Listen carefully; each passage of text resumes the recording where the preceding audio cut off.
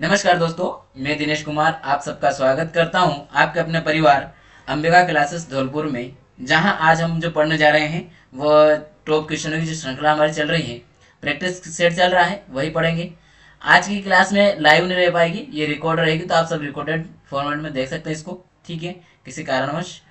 तो आज ये जो हम पढ़ेंगे तीसरा वाले जो है हमारा, इसमें आज भी 15 प्रश्न रहेंगे और 15 प्रश्नों का डिटेल लेकर आए हूँ आज, पूरा पूरा डिटेल हर प्रश्न का पूरा, जो जो पूछे जा सकती है संभावना वो। और सारे जो प्रश्न है ये प्रीवियस के आधार पर है, प्रीवियस में पूछे गए प्रश्नों के आधार पर पूरा ये प्रैक्टिस सेट बनाया गया है। तो आप इसको लगा सकते हैं आराम से अपनी जिस भी एग्जाम की आप तैयारी कर रहे हो, चाहे आप आरआरबी एनटीपीसी की कर रहे हो, या आप एसएससी की कर रहे हो, या आप कोई बैंकिंग सेक्टर है, मतलब वनडे की कोई भी एग्जाम हो, वनडे की कोई भी एग्जाम हो, वे कोई भी इस क्लास को कर सकता है, चाहे वो कोई सी भी एग्जाम हो, सभी में यूजफुल होगा। क्योंकि स्टैटिक जीके सभी का एक ही होता है भाई, किसी का भी स्टैटिक जीके अलग नहीं होता है। जीएस जीके क्या होता है, जीएस और जीके जो होता है वो फिक्स होता है सभी जगह, यहीं से पूछे जाएंगे प्रश्न, कोई बाहर से नहीं आते हैं, ठीक है। तो चलिए बढ़ते हैं आज के सेशन को, आगे बढ़ाते हैं। आप सभी पहला प्रश्न आ रहा है, जवाब देते हुए चलेंगे। पहला प्रश्न आपके स्लाइड पर आया हुआ है, जिसमें लिखा है पहला प्रश्न में क्या पूछा जा रहा है जनाब, आप सभी जवाब देंगे जल्दी से, कमेंट बॉक्स में कमेंट करते हुए चलेंगे भाई, ठीक है। ये जो पहला प्रश्न है ये बोल रहा है, भारत के संविधान का कौन सा अनुच्छेद, भारत के संविधान का मतलब यहाँ पे बोला कि हमारा भारतीय संविधान है, भारतीय संविधान है, उसके संबंध उससे लिया गया प्रश्न है। और उसमें पूछा गया कौन सा ऐसा अनुच्छेद है जो शिक्षा की बात करता है, शिक्षा के अधिकार से संबंधित है, मतलब आपकी जो शिक्षा है उसके लिए बात की जा रही है उस अनुच्छेद में। अब यहाँ पर अगर हम बात करें शुरुआत में अनुच्छेद की सिंपली, तो यहाँ पर शुरुआत में जो आपका था वो डीपीएसपी में थे, वही वही अधिकार डीपीएसपी में था, लेकिन उसको बाद में क्या किया गया, बाद में उसको फंडामेंटल राइट बनाया गया। और जब से फंडामेंटल राइट उसको बनाया गया तब से ये प्रश्न लगातार हर परीक्षा में पूछा जा रहा है, तब से लगातार हर परीक्षा की नजर इसके ऊपर टिक टिक टिकी रहती है, क्योंकि वो महत्वपूर्ण बन चुकी है अब एजुकेशन सरकार के लिए। तो ये कौन से अनुच्छेद में रखा गया ये हमसे पूछा गया, क्या 19 में है जनाब। आपको मैंने फंडामेंटल राइट करवाया है जब रिकॉर्डेड क्लास में, तो उसमें बताया था कि 19 में क्या है, 19 में आपका बताया था स्वतंत्रता है, किसकी, बोलने की, वाक की स्वतंत्रता है, बोलने की स्वतंत्रता है, अभिव्यक्ति है, वाक्य अभिव्यक्ति की छूट मिली हुई है। इसके बाद आपको एक और बताया था मैंने आर्टिकल 21, आर्टिकल 21 में क्या है, आपकी जो प्राण एवं दैहिक स्वतंत्रता है, प्राण एवं दैविक। तो उसी के बाद में आपको एक पॉइंट लिखवाया था, नोट करके याद करेंगे जनाब, तो वो कौन सा था, आर्टिकल 21A। 21A जो है उसमें क्या किया गया, शिक्षा की बात की गई है। और इसको कब जोड़ा गया, कौन सा कॉन्स्टिट्यूशन अमेंडमेंट से, तो 86वें कॉन्स्टिट्यूशन अमेंडमेंट के द्वारा इसको जोड़ा गया। और कब, 2002 में इसको जोड़ा गया, 2002 में से जोड़ा गया था भारतीय संविधान के अनुच्छेद नंबर 21A में। इसके बाद 15 क्या बोल रहा है, एक और विकल्प दिया है अनुच्छेद 15। तो इसका क्या हो जाएगा, ये जो आपकी है, आपके किसी भी तरह का, मान लो आप किस धर्म से हो, किस जाति से हो, आपका जो लिंग क्या है, और आप किस तरह के हो, रंग वगैरह, इस आधार पर भेदभाव नहीं किया जाएगा। ये कहाँ लिखा है आपका, अनुच्छेद 15 में लिखा है। अनुच्छेद 32 क्या कहता है, अनुच्छेद 32 कहता है भाई साहब कि आपकी जो रीटें हैं वो पावर होती है, मतलब जो रीट का जो पावर है वो कहाँ पर है, रीटों का पावर वह अनुच्छेद 32 में है। और किसके तहत है, तो वहां पर क्या ऐसा लिखा है रीटों का, हाँ जनाब, वहां रीटें लिखी है 5 प्रकार की, कैसी, 5 प्रकार की। सुप्रीम कोर्ट 5 करती है और हाई कोर्ट 6 करती है। हाई कोर्ट 6 कौन सी करती है, क्योंकि राज्य क्षेत्र आता है, इसलिए राज्य की भी वो संभाल सकती है, राज्य की जनसंख्या के लिए भी वो अलग से उसके पास वो राइट्स हैं। अब यहाँ पर क्या यह रिटेन लिखा केवल, नहीं, यहाँ एक शब्द लिखा है उपचार, संवैधानिक उपचार। तो ये संवैधानिक उपचार मतलब ये जो भी फंडामेंटल राइट आपका, उनके लिए ये इलाज करता है, एक तरह से दवाई गोली के लिए जो काम करता है ना, वैसे कार्य करता है, ठीक है। तो ये डिटेल जो मैंने आपको समझाया पूरा, ये यहाँ लिखा हुआ है, क्या क्या अनुच्छेद 21A में आंसर हो गया उसका। इसके बाद में अनुच्छेद 21A के तहत 6 से 14 वर्ष तक, 6 से 14 वर्ष तक के आयु के बच्चों को निःशुल्क और अनिवार्य शिक्षा का अधिकार दिया गया है। यह हमारे संविधान के फंडामेंटल राइट में कब आया है, और ये कब आया भैया, 2002 से आया है, 2002 से आया। और कौन सा अमेंडमेंट से, तो यह हुआ संवैधानिक संशोधन 86वें नंबर का, 86 नंबर का कॉन्स्टिट्यूशन अमेंडमेंट हुआ था, ठीक है। आगे देखते हैं। अच्छा, इससे पहले इसके बाद जो हुआ एक और ये, तो ये डीपीएसपी में कहाँ पर था ये आपको बताना है, क्योंकि मैं ये करवा चुका आपको, तो आपको ये पता होना चाहिए डीपीएसपी में कौन सा आर्टिकल था। हाल ही में कहा G20 शिखर सम्मेलन में भूख एवं गरीबी के खिलाफ वैश्विक गठबंधन की आधिकारिक आधिकारिक शुरुआत की गई है। तो ये जो गठबंधन किया गया G20 की जो बैठक हुई, उसमें क्या बोला गया कि भूखमरी और गरीबी के खिलाफ एक गठबंधन बना है। तो उसकी जो आधिकारिक शुरुआत है वो कहाँ पर की गई, किस देश में की गई, तो आपको इस प्रश्न का जवाब देने से पहले थोड़ा बैक में लेके जाता हूँ कि 2023 में भारत के द्वारा क्या किया गया, G20 की अध्यक्षता की गई। ठीक है, G20 की अध्यक्षता की थी हम लोगों ने, G20 की अध्यक्षता की। तो इसलिए हमारे लिए इंपॉर्टेंट बन जाता है G20 में इस साल क्या कदम उठाए जा रहे हैं, क्योंकि हमने इससे पिछली बार जो भी कदम उठाए वो सारे सराहनीय रहे। तो क्या इस बार भी उससे आगे बढ़ेंगे या उससे पीछे रहेंगे कि वैसे ही टिके रहेंगे जैसे पहले करते आए हैं, वो सारी बातें ध्यान में रख के प्रश्न पूछे जाएंगे। तो इस बार जो भूखमरी वाली जो बात आई है, वह जब हमारे यहाँ दिल्ली जो डायलॉग हुआ था उसमें भी इसकी चर्चा हुई थी, और इसके ऊपर बात की गई थी कि हम बात करेंगे जब अगली अगली जो बैठक होगी ब्राजील में, वहां पर इसके ऊपर चर्चा करेंगे। तो ये इस बात को वहां पर उठाई गई रिटर्न, और ये जो कहाँ पर हुआ, तो ये ब्राजील ने किया, क्योंकि ब्राजील ने इसकी अध्यक्षता की है तो उसी देश में होगा, आधिकारिक शुरुआत भी वहीं होगी, क्योंकि जो अध्यक्षता करेगा वही तो करेगा। तो बात यहाँ छिड़ी कहाँ थी, नई दिल्ली में। नई दिल्ली से शुरुआत हुई थी, लेकिन नई दिल्ली से पहुंची कहाँ, ब्राजील पहुंचने की बात हो चुकी थी। तो ब्राजील में जाकर इसके ऊपर जो भी आगे बात हुई, बैठक गठबंधन बना, वो वहां जाकर के हुआ, उनकी आधिकारिक शुरुआत कर दी गई। ठीक है, चीन नहीं है, म्यांमार नहीं है, नाइजीरिया नहीं है, इनकी यहाँ पर नहीं की गई है। ठीक है, ये ब्राजील है। ये करंट अफेयर का प्रश्न था भाई, ये करंट अफेयर का था, तो आपको करंट से भी अपडेट इसमें मैं कराता हुआ चल रहा हूँ, आपका कहीं से भी किसी तरह का भटकने की आपको आवश्यकता नहीं है।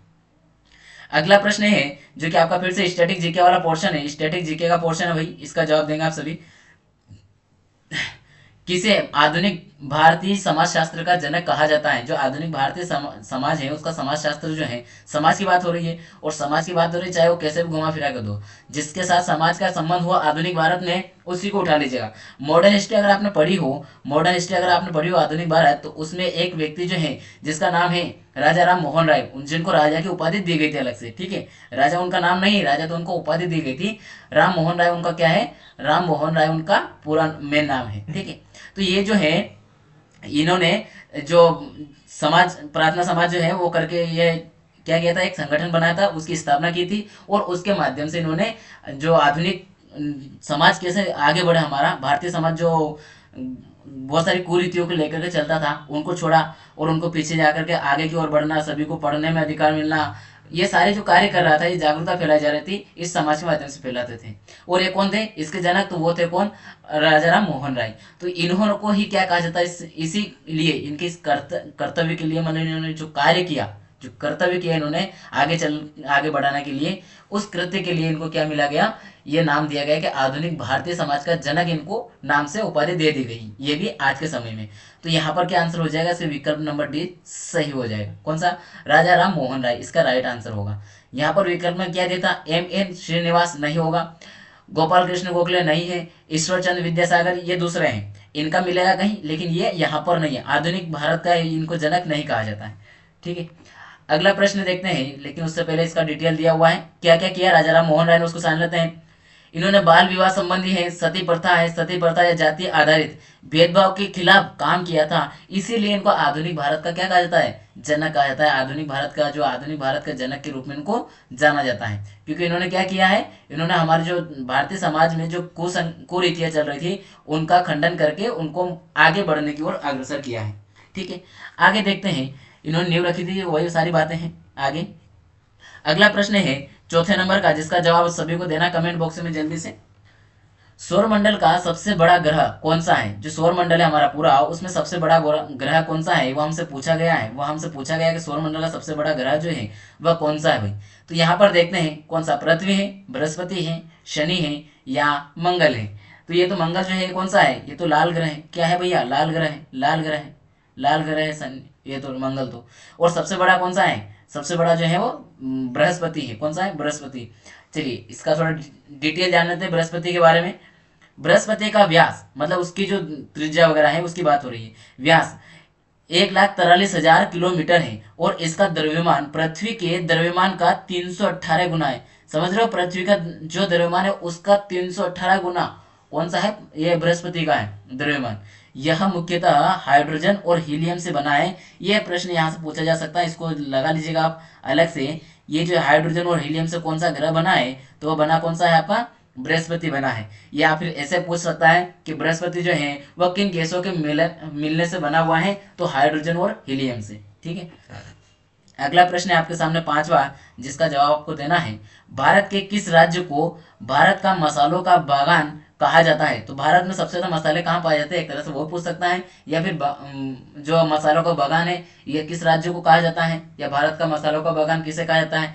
तीन चार तरीके से इस प्रश्न को घुमा के वो पूछ सकता है। तो आपको क्या करना है, किसी भी तरह से पूछे मसालों को एक ही जगह जोड़ना है। कहाँ पर, केरल में। कैसे जोड़ोगे केरल में, आपको पता होगा जब आधुनिक भारत को आप पढ़ना प्रारंभ करते हो, आधुनिक भारत का जो इतिहास उसको पढ़ना जब प्रारंभ करते हो, तो सबसे पहले जो आता है वो 1498 में कौन आता है भैया, वो आता कौन है, पुर्तगाली आता है। एक पुर्तगाली आता है, तो वो क्या लेके जाता है भैया, मसाले लेके जाता है यहाँ से। वो मसालों का व्यापार के चक्कर में तो यहाँ आया था।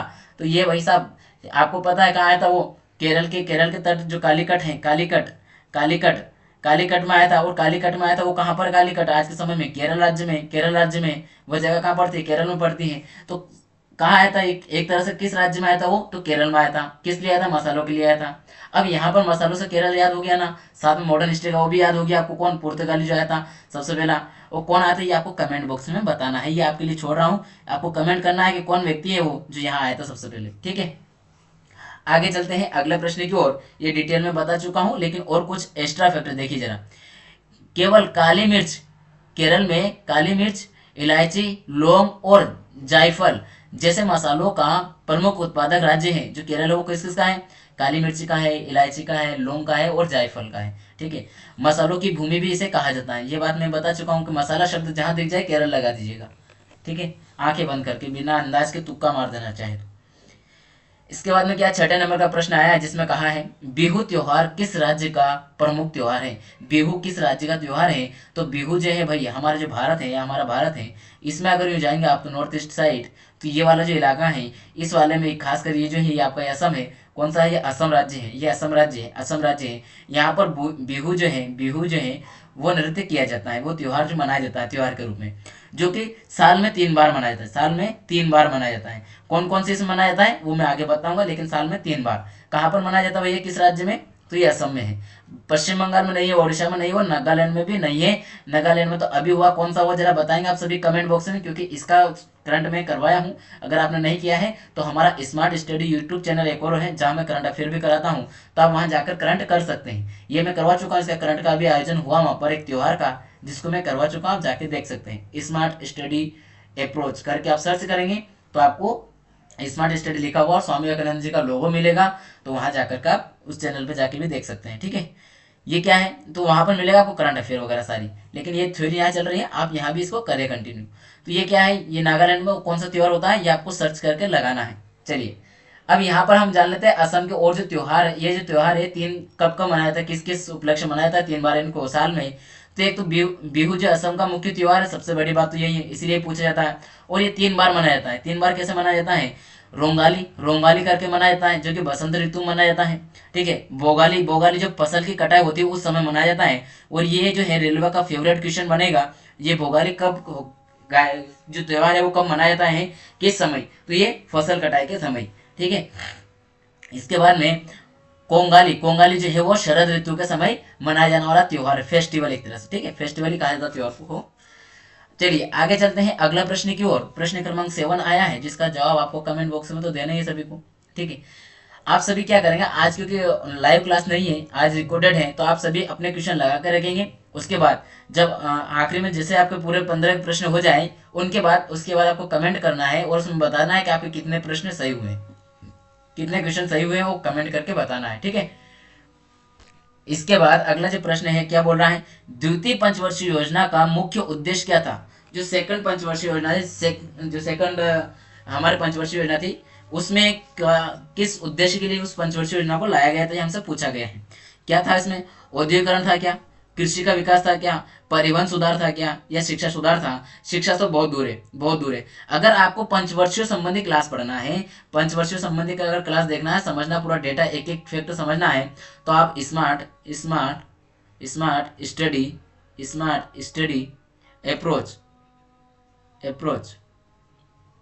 स्मार्ट स्टडी अप्रोच जो यूट्यूब चैनल है हमारा पर्सनल, उस पर जाकर आप देख सकते हैं। इसके ऊपर मैंने एक वीडियो बना करके दे रखा है पूरा अच्छे से, बड़ा सा है, 20-25 मिनट का वीडियो है, 20 से 25 मिनट का वीडियो है। उसके अंदर पूरी सारी खबरें जो भी हो आपकी परीक्षा की दृष्टि से महत्वपूर्ण वो सारी इसमें मैंने कवर की हुई, तो आप वहां जाके देख सकते हैं, ठीक है।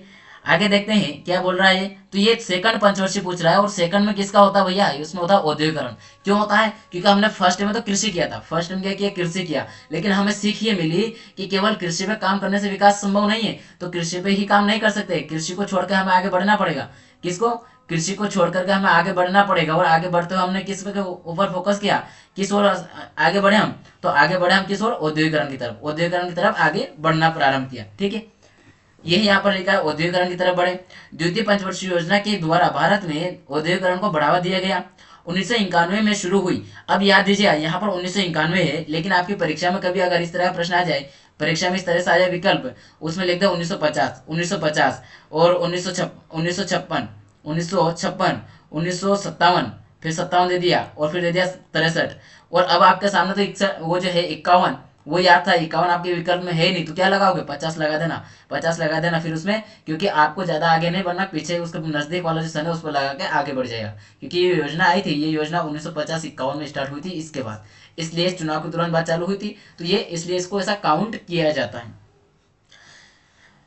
1951 में शुरू हुई प्रथम पंचवर्षीय योजना का फोकस कृषि कृषि और सिंचाई पर था, कृषि और सिंचाई पर था। हरित क्रांति से पहले यह योजना भारत की कृषि कृषि आधारभूत संरचना को मजबूत करने के लिए थी। कौन सी, जो प्रथम ये थी पंचवर्षीय योजना, वह थी कृषि पर आधारभूत, कौन सी, हरित क्रांति से पहले। ठीक है, अगला प्रश्न है, भारत में, प्रश्न क्रमांक 8 जो कह रहा है कि भारत में हरित क्रांति के जनक कौन माने जाते हैं, हरित क्रांति के जनक कौन है, ये बताना आप सभी को कमेंट बॉक्स में। ठीक है, कौन से हैं, M S Swaminathan, Varun Gandhi, C V Raman, Hargovind Khurana. तो इसके जो हैं महान वैज्ञानिक जो कृषि के जनक कहे जाते हैं हरित क्रांति के, वो कौन है, एम एस स्वामीनाथन। इनका हाल ही में निधन हो चुका है, इनका निधन हो गया है, तो ध्यान दीजिएगा, ये आपसे प्रश्न पूछा जा सकता है, क्योंकि 2024 की बात है, और 2024 की बात है, और आज जो पेपर देने जाएंगे वो 2025 में देने जाएंगे। और जो रेलवे का भी ट्रेंड चल रहा है आरपीएफ के अनुसार, जिस हिसाब से आरपीएफ में पूछ रहा है, आरपीएफ में पूछ रहा है, उसका जिस हिसाब से पूछ रहा है वो करंट और जीएस, वो कैसे पूछ रहा है करंट को, भैया एक साल पीछे का, एक साल पीछे का। तो आप तैयार रहिए 2025 अप्रैल वाले कि आपका 2023 का करंट, 24 का करंट आना तय है। ठीक है, तो अगर आपको 2024 का करंट भी पूरा करना है वो भी फ्री में, तो आप उसको, हमारी जो ई बुक आने वाली है जनवरी में आने वाली है, तो वो कहाँ मिलेगी, कैसे क्या होगा, उसकी जानकारी प्राप्त करने के लिए आप हमारे साथ जुड़ सकते हैं। हमारा जो स्मार्ट बताया भी हमने, smart study approach YouTube channel है, उस पर जुड़ करके आप क्या कर सकते हैं, वहाँ पर हमारे जो सारी टेलीग्राम ग्रुप, व्हाट्सएप चैनल और हमारा जो कॉन्टैक्ट नंबर है सब वहाँ लिखे हुए, आप वहाँ से प्राप्त करके भी क्या कर सकते हैं, हमसे कॉन्टैक्ट करके अपनी एक जो ई बुक है ये प्राप्त कर सकते हैं। मैं इसका कोई वैल्यू नहीं लूंगा आपसे, कोई शुल्क नहीं देना है, सब फ्री रखी जाएगी आप लोगों के लिए। ठीक है, आगे देखते हैं, इसका डिटेल लिखा हुआ है कि हरित क्रांति के तहत भारत में उच्च उपज वाली गेहूं और चावल की किस्मों को अपनाया गया है। तो गेहूं और चावल की किस्मों को अपनाया गया था किसके कारण, किसमें, हरित क्रांति में। पूछा जाता है हरित क्रांति का संबंध किससे है, तो ये है कृषि से। किससे है, कृषि से। कृषि में भी किस वाली फसल से है, तो यहाँ देखेंगे आप तो किसमें है, गेहूं गेहूं और एक और क्या है, चावल। ये दो ऐसी फसलें हैं, चावल जिसको धान भी कहा जाता है, क्या कहा जाता है, धान भी कहा जाता है। ठीक है, तो ये दो फसलें ऐसी हैं जो हरित क्रांति इस पर पूर्णतः समर्पित थी, और इसी को लेकर इसकी जो आधुनिक वाली उच्च उपज वाली जो पैदावार थी उसको बढ़ाने के लिए उच्च अच्छे से उपज वाले बीजों की किस्मों को इनमें ला करके इसके ऊपर फोकस होकर कार्य किया था।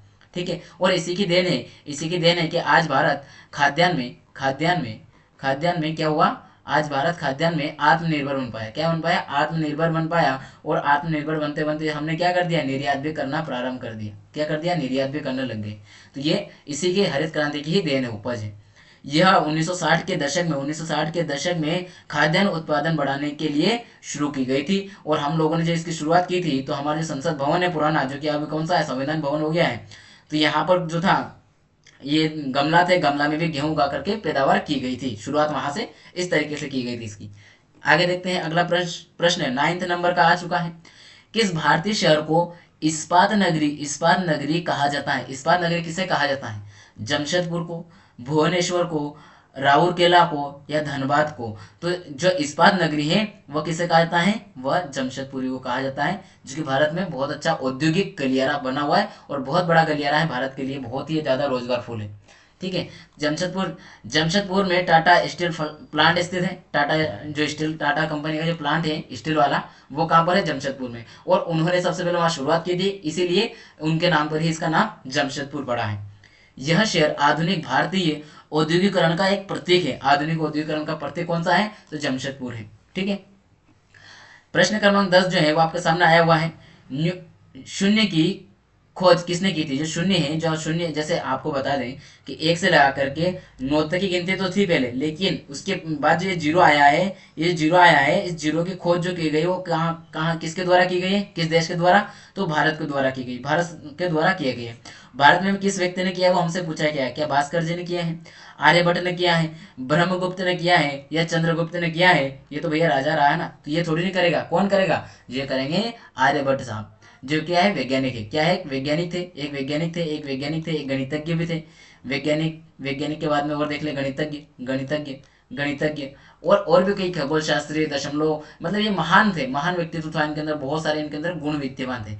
तो आर्यभट्ट भारत के महान गणितज्ञ और खगोल शास्त्री ने शून्य और दशमलव प्रणाली को परिभाषित किया है। तो शून्य और दशमलव, दशमलव किसको कहते हैं?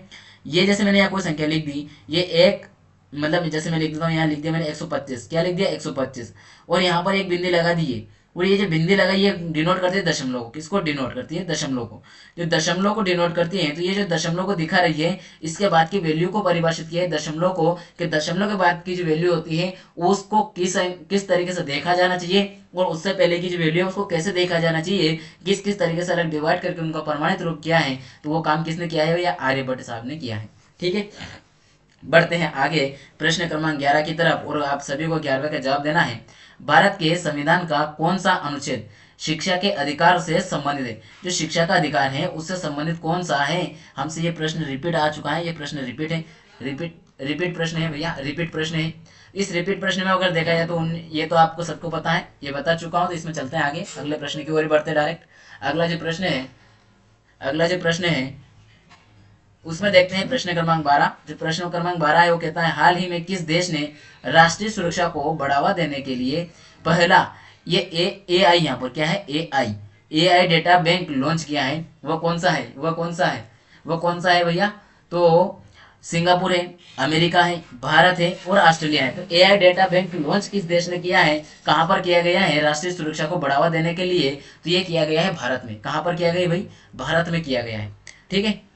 अगला प्रश्न देखते हैं। अगला आपके सामने आया हुआ है, सौरमंडल का लाल ग्रह किसे कहा जाता है? हमसे पूछा है सौरमंडल, जो हमारा हमारा जो सौरमंडल है इसमें लाल ग्रह जो है वो कौन सा है?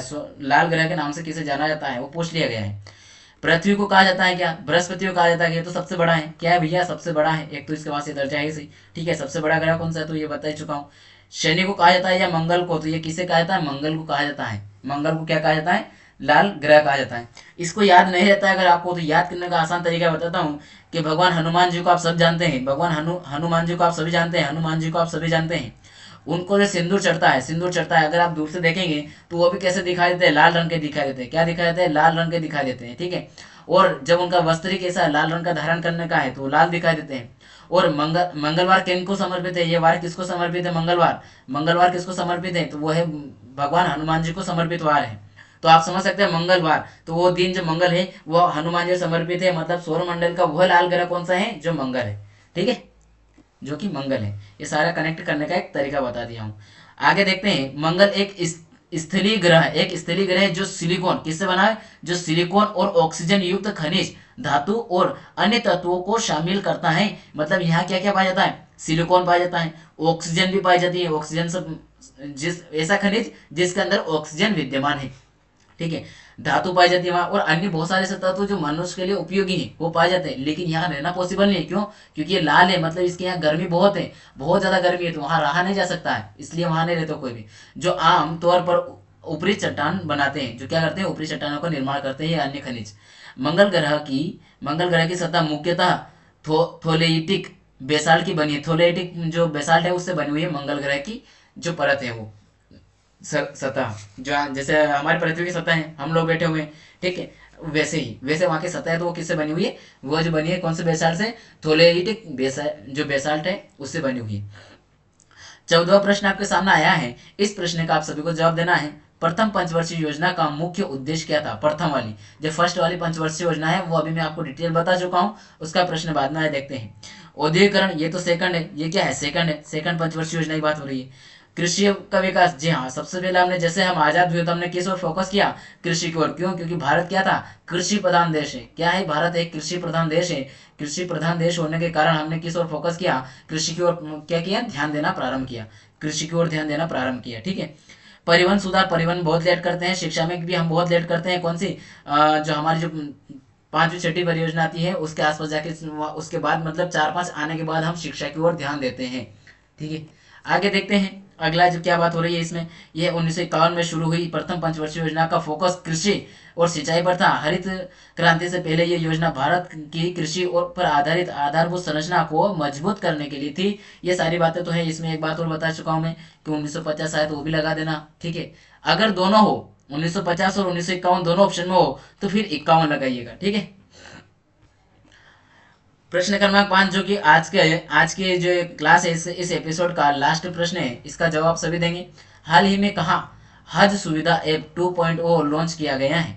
गुजरात में किया गया है, नई दिल्ली में किया गया है, आंध्र प्रदेश में किया गया है, या उत्तर प्रदेश में किया गया है? तो ये किया गया है नई दिल्ली में, नई दिल्ली में, जो कि हमारे देश की क्या है? राजधानी है। तो चलिए दोस्तों, आज को यहीं रोकते हैं, आज की क्लास को। आप सभी का बहुत बहुत धन्यवाद, और आपने क्लास पूरी की इसके लिए भी। साथ ही आपसे जो कमेंट बॉक्स में दिया गया जानकारी उसके अनुसार जवाब देना है, क्या कि आपको 15 प्रश्न जो दिए थे इनमें से कितने सही हुए, कितने सही हुए हैं, कितने सही हुए हैं, और कितने गलत हुए हैं, कितने गलत हुए भी बताइएगा, और कितना आपने छोड़े। अगर छोड़ दिया आपने, मेरे बताने से पहले जवाब नहीं दिया, बाद में दिया है, तो छोड़ दिए गए, और छोड़ दिए गए तो फिर क्या, वो काउंट मत कीजिएगा, ठीक है। इन सभी का आपको कमेंट बॉक्स में बताना है, और एक प्रश्न आपसे शुरुआत में किया है क्वेश्चन, उसका जवाब आप सभी को कमेंट बॉक्स में देना है। तो चलिए मिलेंगे अगली क्लास में, आज के सेशन को रोकते हैं यहीं। जय हिंद, जय भारत।